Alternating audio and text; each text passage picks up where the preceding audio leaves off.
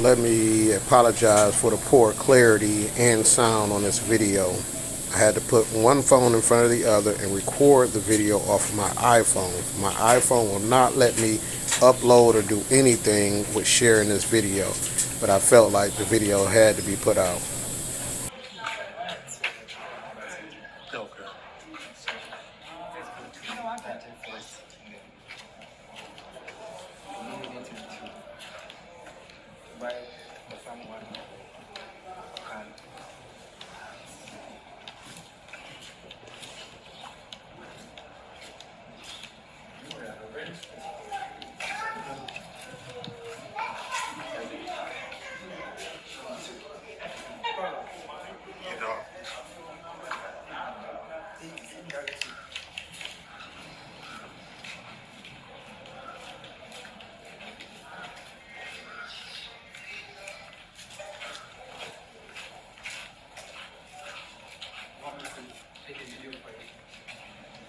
Oh, no, I'm good.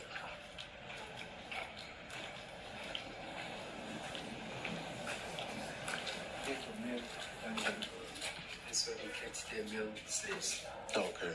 Yeah. Is that post happening yet? Okay.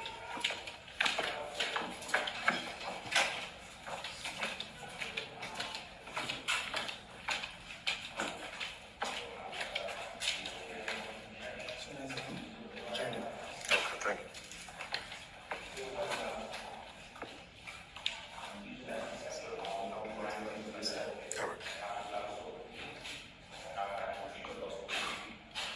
Again, I need something from you.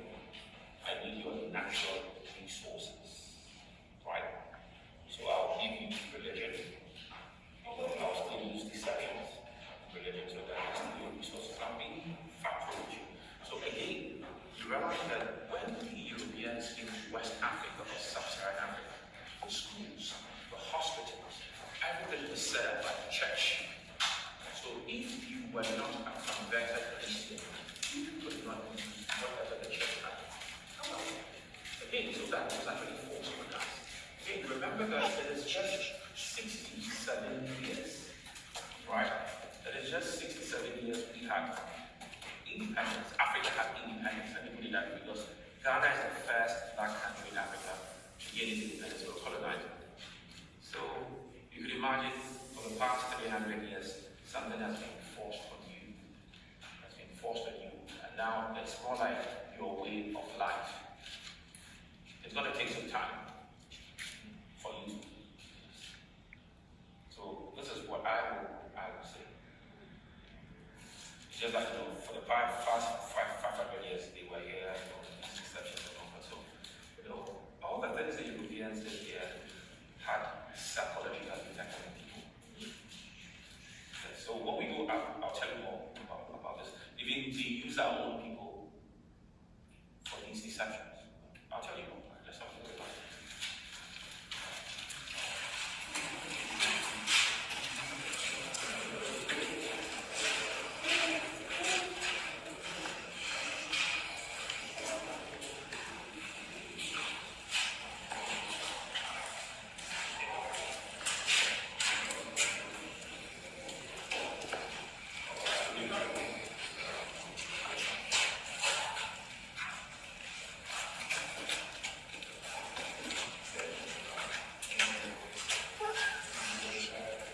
I believe you address it.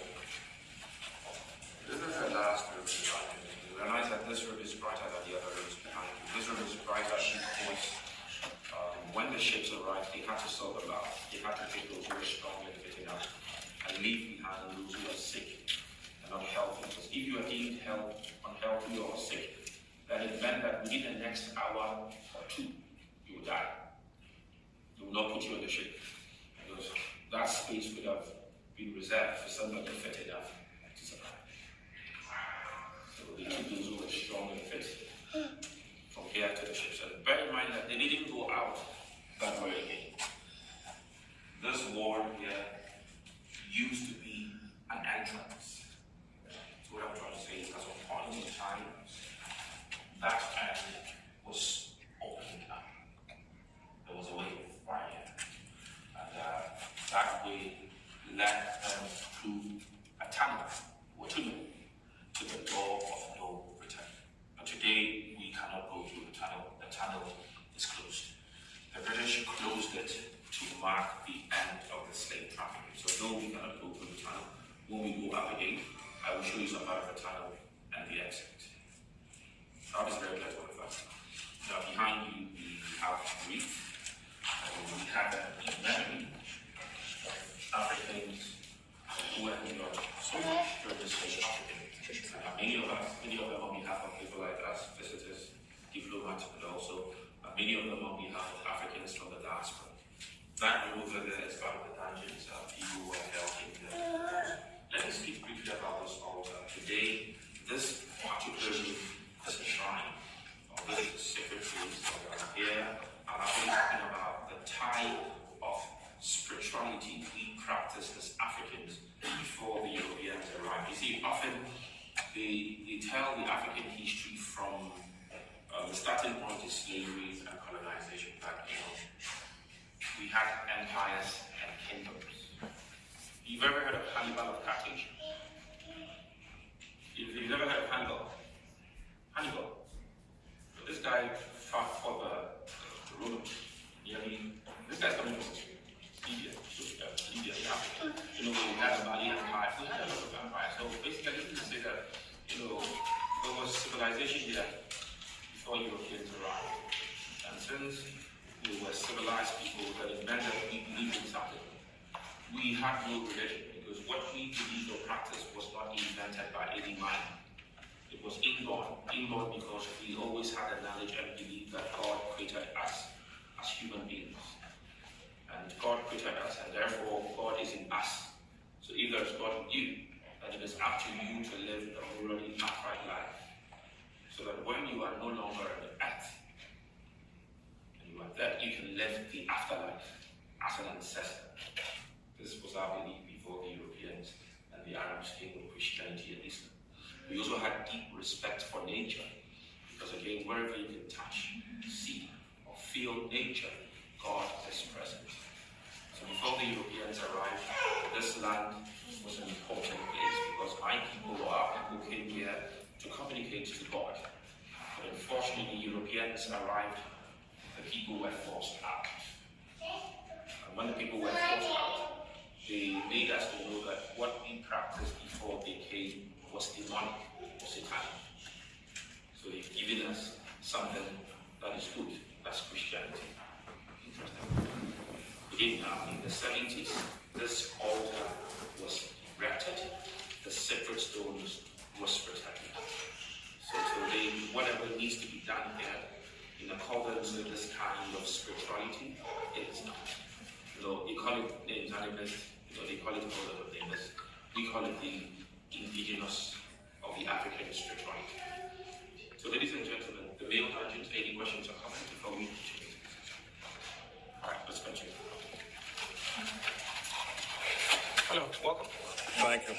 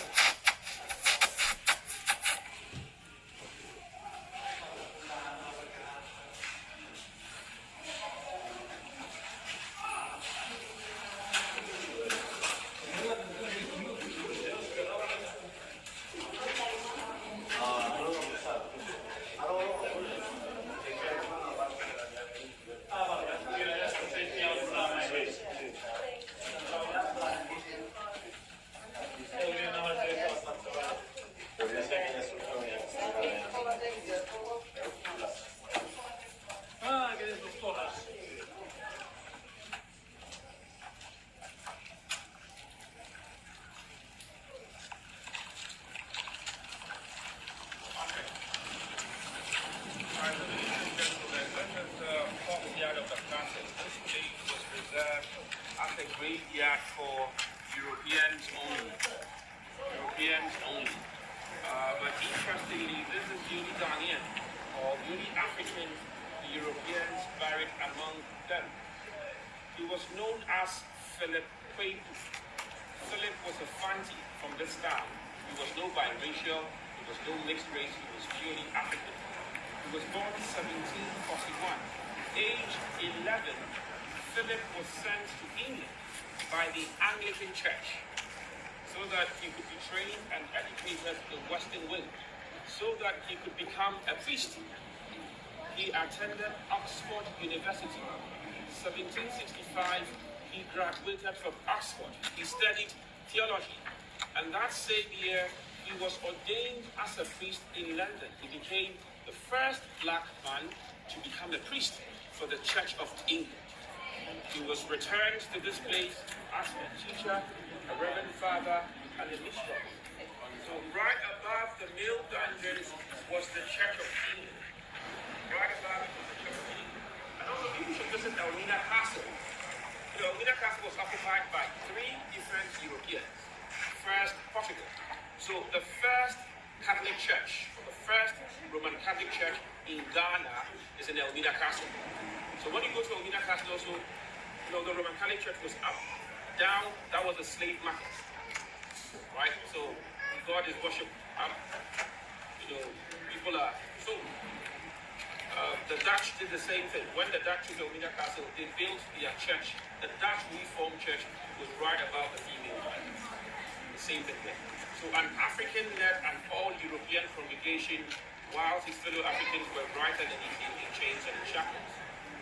He was indoctrinated, brainwashed, and reprogrammed not to say anything for it or anything against the slave trafficking.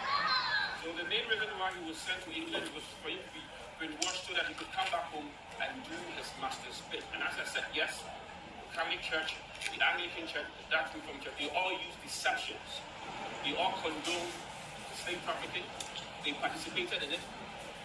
And they have so much benefit from the rape, the exploitations, and the deprivation. They all cover. But it is rather unfortunate they are not even coming out to apologize for all those bad deeds they did. Philip Kweku also, was a teacher who trained biracial kids. So the sad thing is that the Catholics among us can tell me that in our textbooks, they would never mention what Philip Kweku meant here. The textbooks only say that, he brought Western education, so he did well. And one thing I also want to say about those deceptions, our own kind were trained and educated to come and tell us that the white man was God, right? Because you enter the church, what do you see? You see a picture, or you see somebody on a cross with blue eyes, blonde hair, white skin. Jesus is coming from where? You see, that place was called Upper Egypt. There was nothing like Middle East in those days. Because if there's a Middle East, there should be Middle South, or Middle West, or Middle North. So those places were Upper Egypt. You look at their features, they don't have such features. So as a result of these things, our people here in Ghana developed an oral history as a result of those deceptions. This is the oral history we developed. We have this, that was the air pastor, like we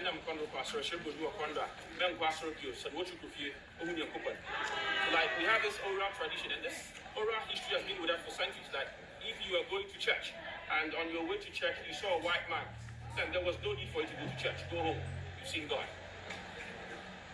So these are the kind of deceptions I'm talking to you about. So when Philip died in 1816, he was buried here by his masters. Any questions or comments, ladies and gentlemen? All right, let me talk to you about these.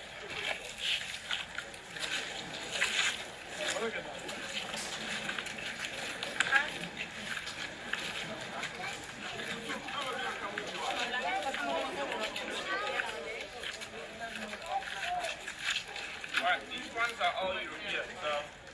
The first one here was a doctor by name Mahi died in 1847, age 46. He was one of the slave traffickers because he represented those companies who trafficked Africans away from them. And that is the wife. Her name is Letitia Elizabeth London. She traveled from England to Cape Coast in 1838 to visit the hospital. When she got here, barely 2 months, she was found dead in her husband's room. Some say malaria killed her, others say she took poison when she learned that her husband was cheating on her with another African woman. Others also say the African woman had poisoned her. We don't know the natural cause of her death.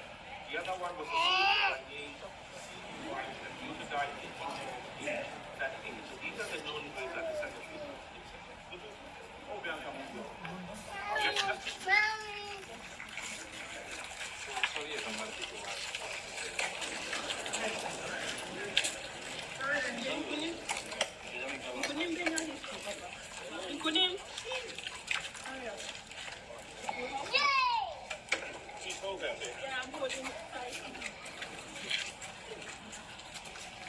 So what we have here, or what we have there, is a water tank or a water reservoir. The British built it to store water. They had pipes to all the roofs, and all the pipes was channeled to the stand. So when it rained, all the water was stored and collected here. Today, we don't store their water. Rather, we've had these taps to put some time. We open up the taps to put water in. In case the taps are not running, you use the water safely. This has a depth of about 20 feet. We have the same tank.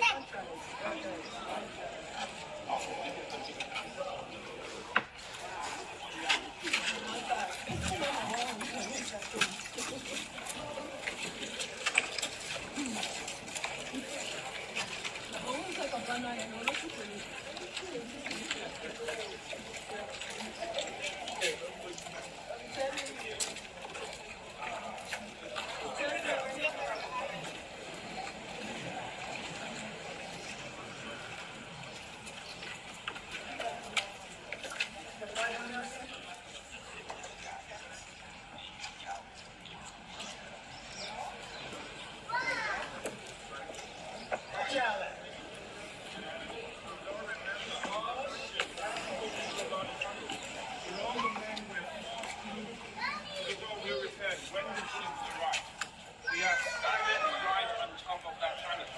So when we go down that way again, I will show you some part of it, and again I'll show you the exit. Also, you find guns or cannons. You find cannonballs behind you. These are the real guns and balls the British brought. When they were using the reason behind these guys is simple. Your cousins fought among themselves to have the best place to traffic.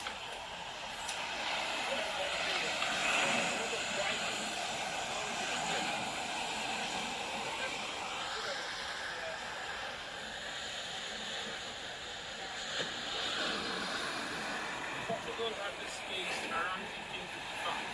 Portugal left. When Portugal left, Sweden took over. Sweden took over 16. You don't normally get their name, right? Sweden participated in this. Sweden took over 1653, built a fort, and named it Carolisberg. They used it as a trafficking post. But the thing is, Sweden could not match the competition coming from the Spanish, the Dutch, the English, the French, and the others. So, at a point in time, Sweden had to bow out.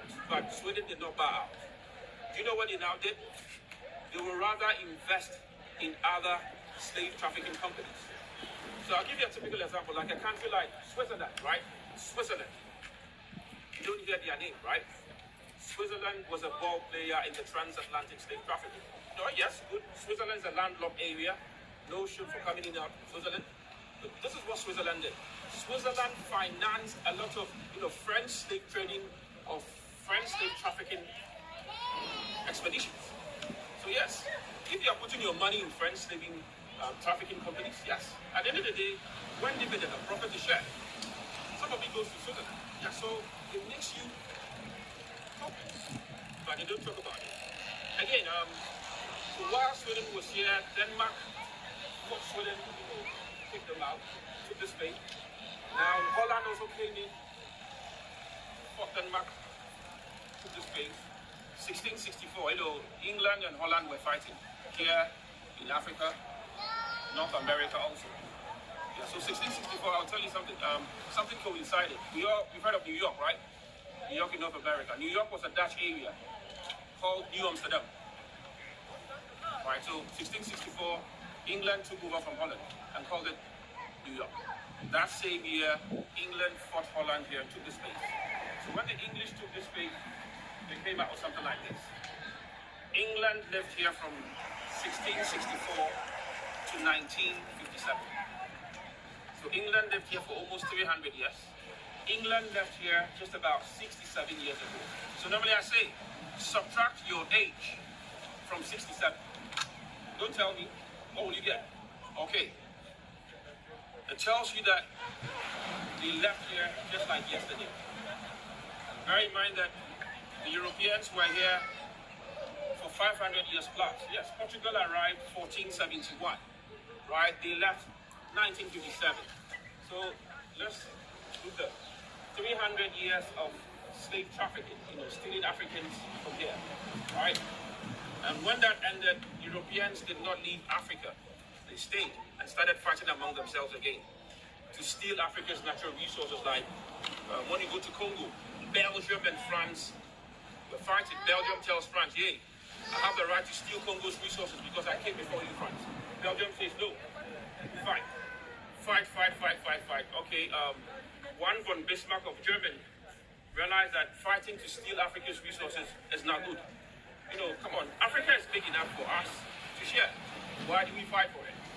So they meet in Germany, Berlin, sit on a table, bring in their surveyors, the compass and the ruler. They demarcate here, England, have Ghana, have Sierra Leone, have this, Portugal, have Cape Verde, have Angola, have Mozambique. So that's how Africa was shared. France, have Senegal. You know what? Germany, have Togo, Benin, Namibia, Tanzania. So they shared Africa. And again, for another 200 plus years, the history books will state that they took Africa's resources. They stole Africa's natural resources. Just about more than 200 years, yes. Again, Africa's natural resources were stolen. So it's basically like Europeans have stolen from us. More than that, we are able to govern ourselves. As I mentioned, they stole our natural and human resources for 500 plus years. It is just 67 years that we are trying to put those pieces. Yeah. Any questions about this, ladies and gentlemen? All right, let's continue.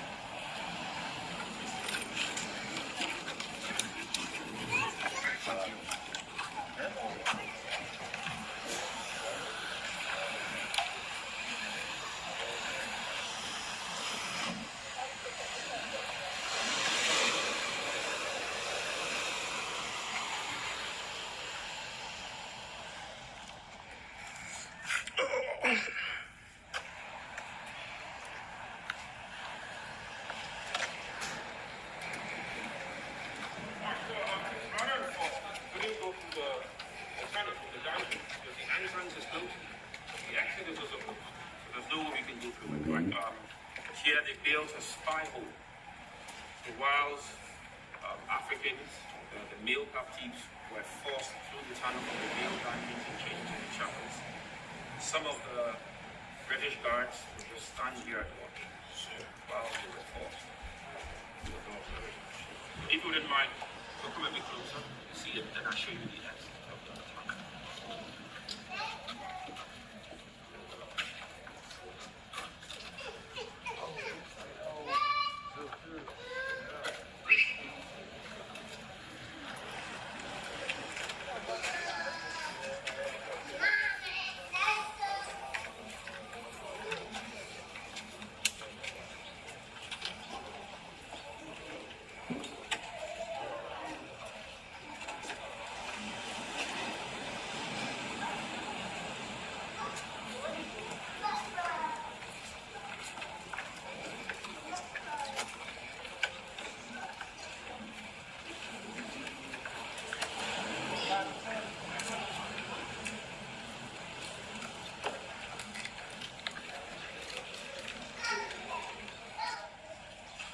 Torture, pain, all for profit.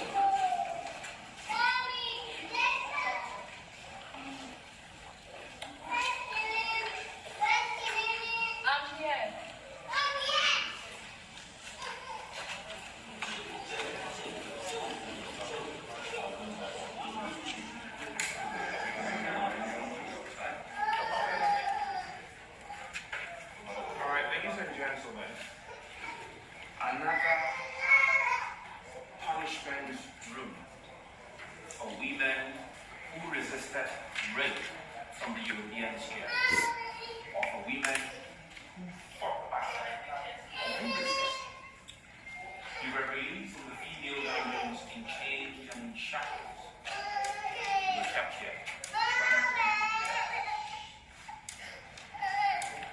They locked them up. If they have to feed them, even they pass them through the small space with them. Again, if they cannot contain you anymore, they will kill you. So within this building, in the course of our experience today, we shall visit the condemnation cell of a condemned room. You know, they built a room here without windows. Put you there, shut the doors, leave you there without water, food, air, and light. So within some days, you suffocate to death. This is what Africans were subjected to, all to break down or to break the spirit of rebellion or giving up. But I always say, they did not succeed. And the sad truth is this: when they talk to us about the abolition of freedom, and they never mention the role or the part Africans played. It's sad. See, the textbooks will say that now, okay, Europeans, when they were satisfied with the rape, the exploitations, etc., they now have to give freedom. So they always mention what Bravo Sharp was, Claxton, William Wilberforce, and the others. They call themselves the Society for the Abolition of the Slave Traffic. They say they give freedom. When they go to North America, they say Abraham Lincoln. But to me, that's a propaganda. Africans, we fought for our own freedom and liberation. It was not handed over to us. That is how come whenever we talk about the abolition of slavery and slave trafficking, they will never mention Haiti. How many of you have heard of the Haitian Revolution? Just me, right? Most of us don't know. Okay? So I'll tell you today. From 1791 to 1804, Haitian Revolution lasted. Enslaved and oppressed Africans in Haiti will now say, no more France, no more. We are not taking this from you. They rebelled against France and kicked France out of Haiti. Haiti was one place France was making a lot of money. In today's time, you can say billions of euros. France lost it. Haiti became the first black republic on earth. Haiti was telling everybody, you can kick them out. And if you cannot kick them out, join us, let's kick them out. We are able to do that. So, some countries don't like Haiti today because Haiti shot them slavery. So after the Haitian Revolution, a lot of revolutions and revolts started all over North America. Right, so what I want to say today is Africans fought for their own freedom and liberation. So those distortions in our history books, we need to change it. We need to include that in history books that we fought for it. So all the time you make it sound like, yeah, we're happy, we're just somewhere, and you say, oh, we're giving you freedom. Oh, no, it wasn't like that. So this is what I want to share. Any questions or comments? All right, I'll show you the video like this.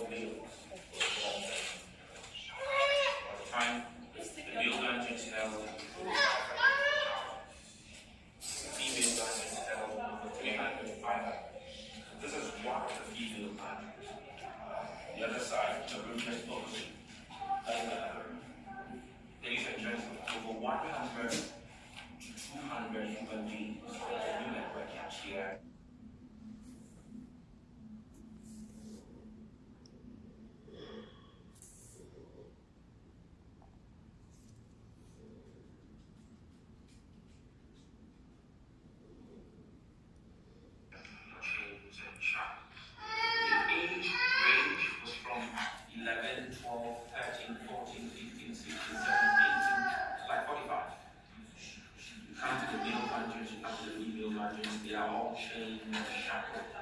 They are forced naked. Let's talk about women. You know, overall, they stayed in the dungeons for months, like 3 months plus, before the trafficking ships arrived.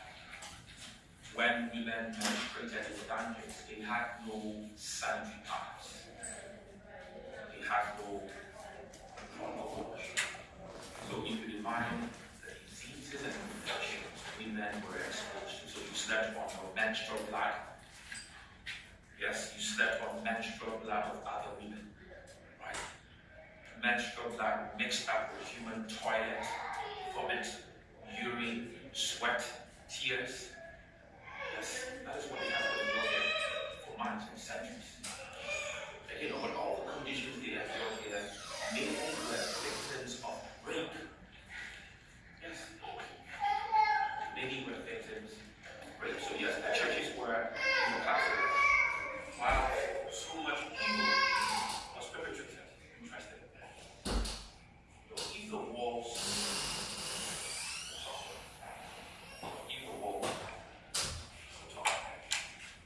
any questions, ladies and gentlemen? You say how many people were kept in here at a time? Over 100 to 200 plus women.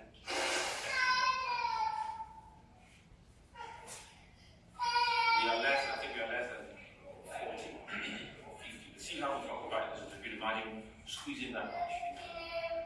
Let's go through the Lord right now.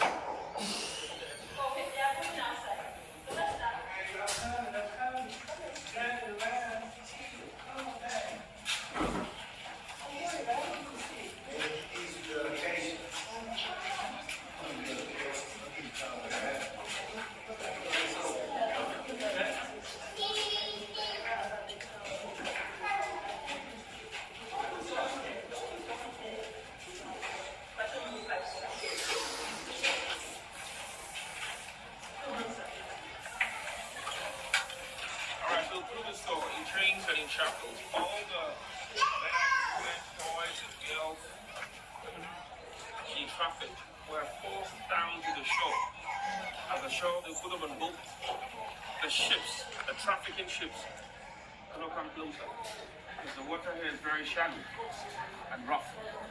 So the European trafficking ship was docked distance away. They'll force them on boats and gradually force them on the ships. Then we take them out. Look up again. You see another inscription that says door of return. Door of return. It is very symbolic. We had it in 1998. We had a festival called Emancipation Day. And when we had Emancipation Day in 1988, African descendants all over the diaspora. Those in Jamaica, Cuba, America, England, Western Europe, many of them returned. And for the first time when we had the Emancipation celebration, 2 families returned 2 human remains, or 2 human skeletons of former enslaved Africans who died in America and Jamaica. Their remains was removed from where they were buried a century or more ago, and they returned them to Cape Coast Castle to the store. Had a ceremony for them, and after the ceremony, The two remains was buried 60 kilometers from here at a town we call Asen Mansi. Asen Mansi was infamous as one of the slave markets, or one of the places Africans took their last bath before they were brought in the castles and forts. So since then, every year, every 1st of August, we celebrate Emancipation Day in Ghana. That is the reason behind it. So I say welcome to all of you, especially brothers and sisters coming from the back. Anyway, any questions or comments?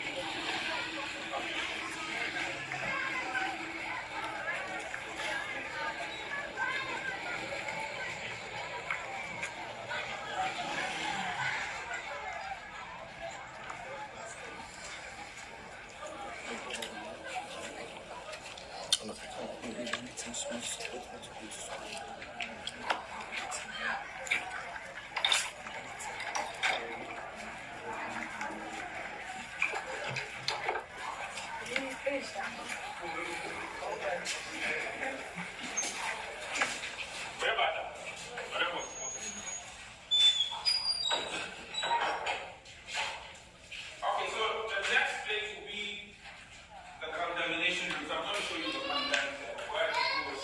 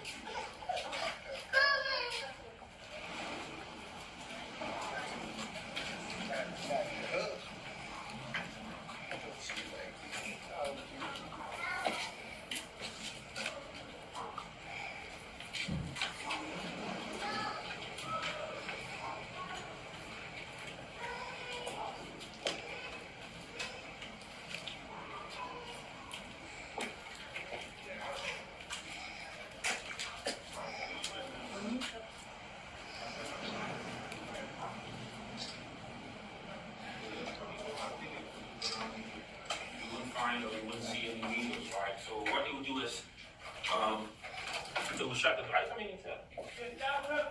Are you coming in? Are you coming in? You coming in? Yeah. Oh, all right.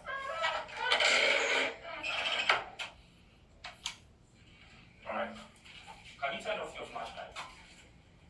Okay. So the first door was locked up. The second door was also locked up. They were forced in, chained, shackled, There was no definite number. It can be 10, it can be more than that. But whilst you were here without water, food, light, because already all the doors behind you were shut. You were suffocated to death. So if about 10 of them were here and 8 or 9 of them were dead, they will still wait for the last person to die. Then they will move the bodies out, show the bodies to the rest of the captives, and throw the bodies into the sea. So this is how diabolic, this is how cruel some people were to their fellow human. We can only say that their souls rest. We can come out again, please. Let's watch your head. Watch your head. Watch your head. Watch your head. Watch your head again.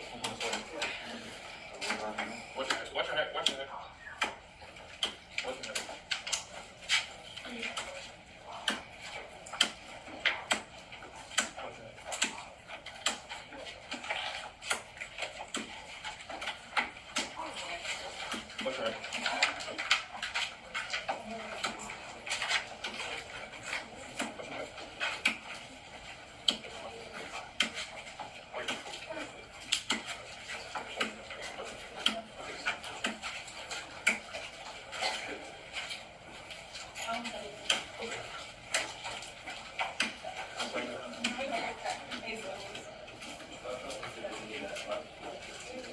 Good. So let's take these steps up. Let's see the slave market.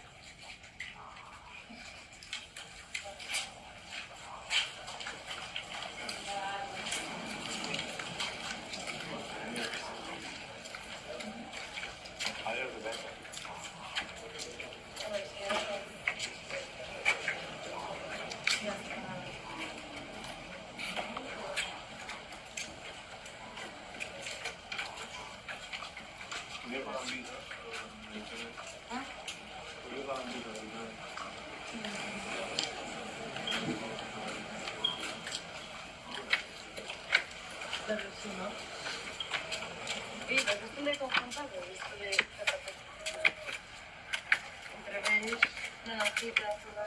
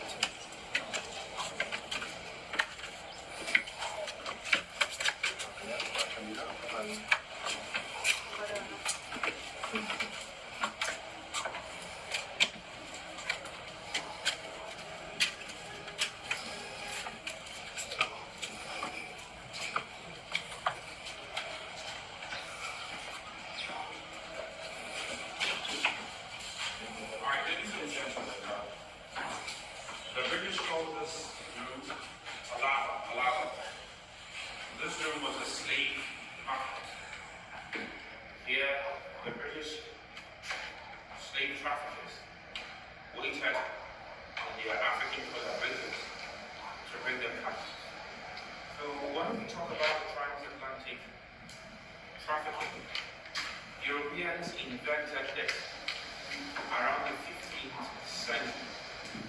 Portugal started and the others joined in. When Europeans invented the transatlantic trafficking, they also invented an artificial demand and supply. Meaning they had to entice Africans to bring them people. Often Europeans create divisions among Africans inside, with others against the others. With this, they fuel tribal and ethnic conflict here in Africa. Because at the end of the day, the more Africans fight among themselves, the more they sell themselves to the Europeans. Let me tell you this. Africa was a peaceful place before the Europeans arrived. Check the history books. Africa was a peaceful place. 1471, when they arrived, we've known no peace to date. And as I said, Portugal, or Europeans, they don't come to Africa because they love Africa or they wanted Africa to develop or what. No. They only came to steal what they didn't have. So to steal, great conflict among them. That is what happened here. The tribal wars, ethnic warfare intensified. We supplied a lot of firearms and gunpowder. Once a peaceful place became a war zone. Again, there were situations Europeans would go into the hinterlands, rape and kidnap people, but the history books or the textbooks will not state that. And when you go to Angola and Congo, the evidences are still there. You still see some of the forts.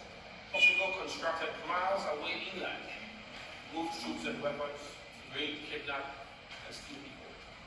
This is what happened. Let me also say this, slavery existed in every known civilization.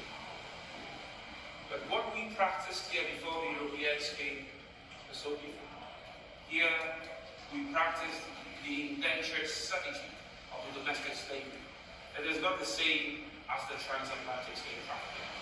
Because what we practiced here was more of integration than slavery. So let me remind you again, there were kingdoms and empires in Africa before the Europeans arrived. Kingdoms or empires want to expand. Often there were conflicts. But here, when one ethnic group or when one kingdom defeats the other don't enslave the other. You only integrate. So you basically become a citizen in a new kingdom. This is what we had here before the Europeans came around the 15th century. And as I said, we were once Africa was a peaceful place. Let me also say this. For those who just joined us when we came out of the Ganges, I mentioned that the main reason why Europeans arrived was that they heard that there was gold in West Africa. They heard. They didn't know the exact place. And you can also ask this question, how did they got to know that there was gold in West Africa? I'll tell you. An empire existed. The name was the Mali Empire. So when I talk about the Mali Empire, I'm talking about present-day Mali, Mauritania, Niger, Chad, Senegal, and Nigeria. The Mali Empire had Timbuktu to be the capital. And did you know that West Africa had a university, a library, before the Europeans arrived around the 15th century? How many of you know this? You don't know? Yes. So I'm telling you today, you can find out. You go to Timbuktu around the 15th century, sorry, 14th century, you find a library. You find or you see a university. So before Europeans arrived, but I mean, I think there would always be like Europeans don't arrive. It's always been in city. Like the other countries, the trade. West Africa or sub-Saharan Africa first had contact with Europeans around the 15th century. So when you narrow it down, yes, the contact was 15th century, yes. But when you look at Ethiopia, the contact was not 15th century. And several thousand years back.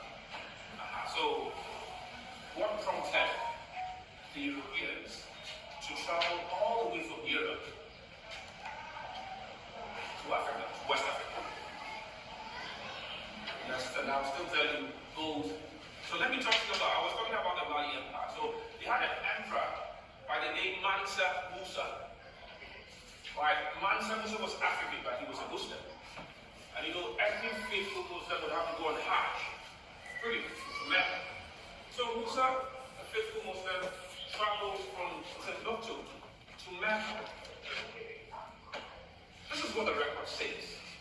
When he traveled, Any town or city he got to, he built a mosque over there. And after building a mosque, he will give gold. He will just dash gold out. Any town or city he got to. He did that to the extent that he devalued the price of gold in certain major countries, like Egypt. Around the 14th century, when Mansa Musa got to Egypt, before he continued to Mecca, he gave out so much gold to the people of Egypt that now the value of gold in Egypt dropped, became valueless. So let's say in Egypt after that time, if an ounce of gold was sold for like $500 US, he gave so much that now an ounce was selling for like 50 cents or $1. This news about him spread. How can one man have so much gold to the extent that he devalues it? Now the news got to Europe. No way.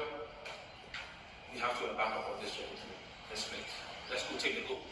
Yes. So that was a motivation.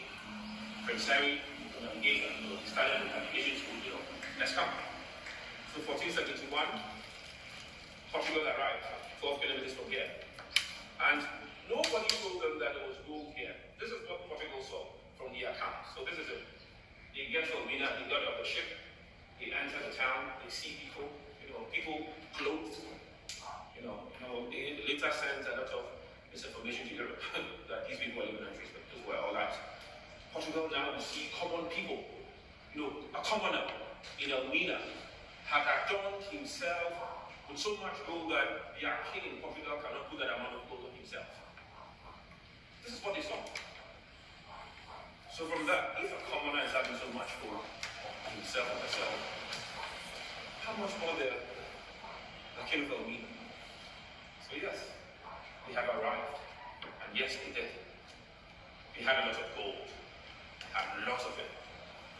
They now changed the name of the town from Anoman Sako to Alamina, the gold mine. Now, gold. So that was the main reason they came.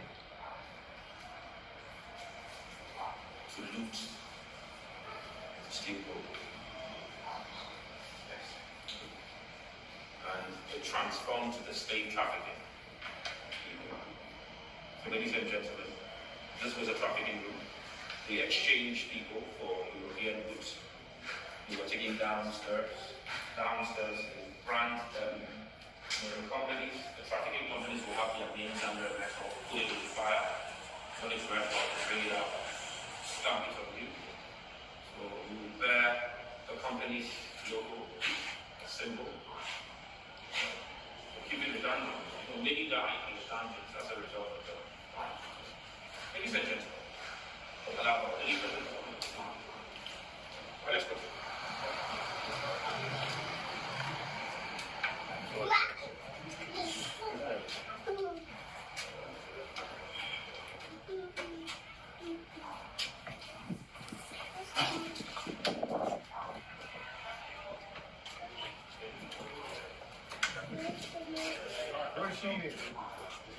Just look at the Lugana.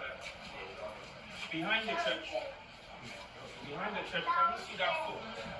Can you see it? That's Popular. Popular was built by the